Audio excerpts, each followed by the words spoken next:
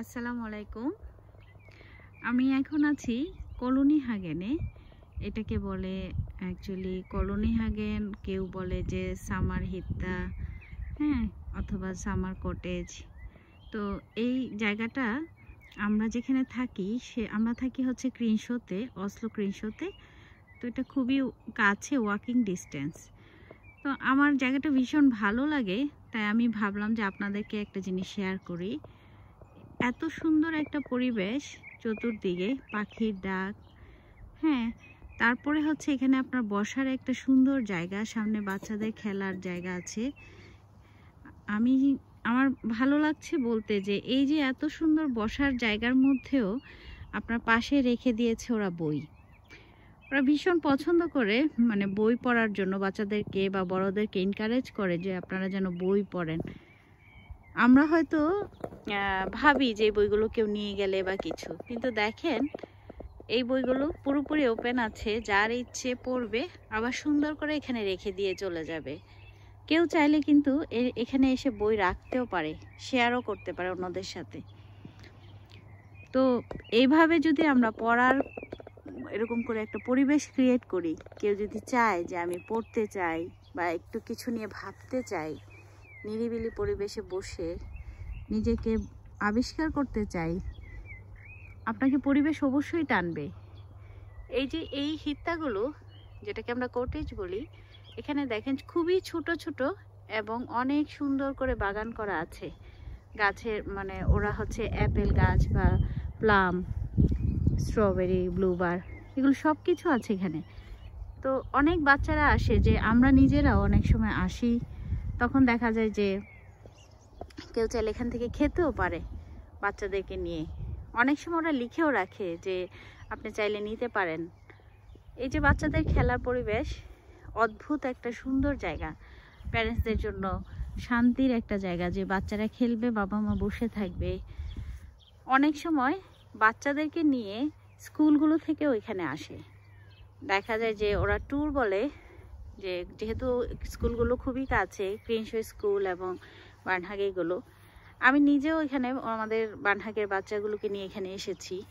তো দেখা যায় যে টিচাররা যদি কোনো এখানে যারা বাস করে তাদের সাথে কথা বলে, তারা যদি অনুমতি দেয় যে আমাদের গাছের থেকে আপনি প্লাম পাড়তে পারবেন, তখন দেখা যায় বাচ্চারা ওখানে যে পারতে পারে, যদি অনুমতি দিয়ে থাকে। এই যে এই গাছগুলো দেখছেন, এগুলো হচ্ছে অ্যাপেল গাছ, এখন একদম পাতাবিহীন। মাঝে মাঝে দেখলে আমি নিজেই ফার্স্টে দেখে আমার খুব অবাক হতাম, মনে হতো যে গাছগুলো বুঝি মরে গিয়েছে, কিন্তু একদমই গাছগুলো মরে যায় নাই। এই যে উইন্টার শেষ হলো, এখনই আপনার ধরেন নতুন করে সব কিছু গাছ পাতা সব কিছু নতুন করে কুড়ি মেলবে। মনে হবে যে কখন উইন্টারটা শেষ হবে সেটার অপেক্ষায় গাছগুলো আছে। এখানে দেখা যায় যে বাচ্চারা খুবই পছন্দ করে এই জায়গাটায় আসতে। আর নরওয়ে, মানে অনেকগুলো দেশের মধ্যে নরওয়েকেও শান্তিপূর্ণ দেশ বলা হয়।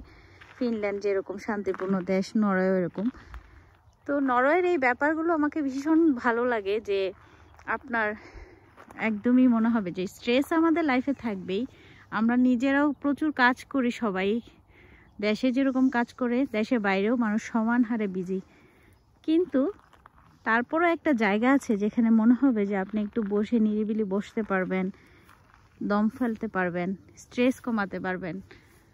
এই জন্য দেখা যায় যে শান্তিপূর্ণ দেশ বলার আমার কাছে মনে হয় আর কি অন্যতম একটা কারণ এটাও হতে পারে, যে ব্যস্ততার মাঝখানেও নিজেকে একটু সময় দেয়া যায়, যেটাকে বলে।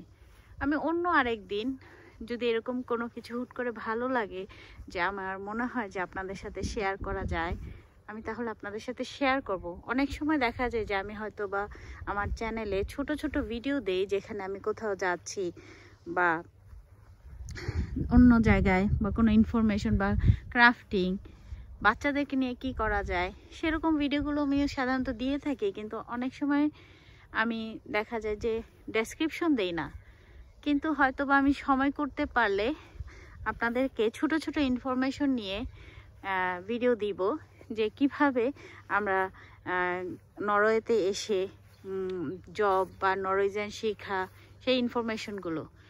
আরেকটা ব্যাপার হচ্ছে যে এখানে যেমন যারা নরওয়েকে চুজ করেন যে আসার জন্য, তাহলে আমি বলবো যে আপনারা অবশ্যই নরওয়েজিয়ানের দিকে একটু ফোকাস করেন, ল্যাঙ্গুয়েজটার দিকে। এই জন্য যে এখানে কোনো জবই আপনার অ্যাকচুয়ালি হয়তো বা আপনি পসিবল পাওয়া, কিন্তু নরওয়েজিয়ান ল্যাঙ্গুয়েজটা ওদের জন্য খুবই দরকার সবার জন্য। তা আমি নিজেও যেমন B1 কমপ্লিট করেছি আলহামদুলিল্লাহ। এখন আমি হচ্ছে এখানে কিন্ডারগার্টেনে জব করি। আমার হাজব্যান্ড যেমন ফার্মেসিতে জব করে। তো এই যে এর মধ্যেই আরেকটা জিনিস আপনাদের দেখাচ্ছি, এটা হচ্ছে অ্যাপেল গাছ।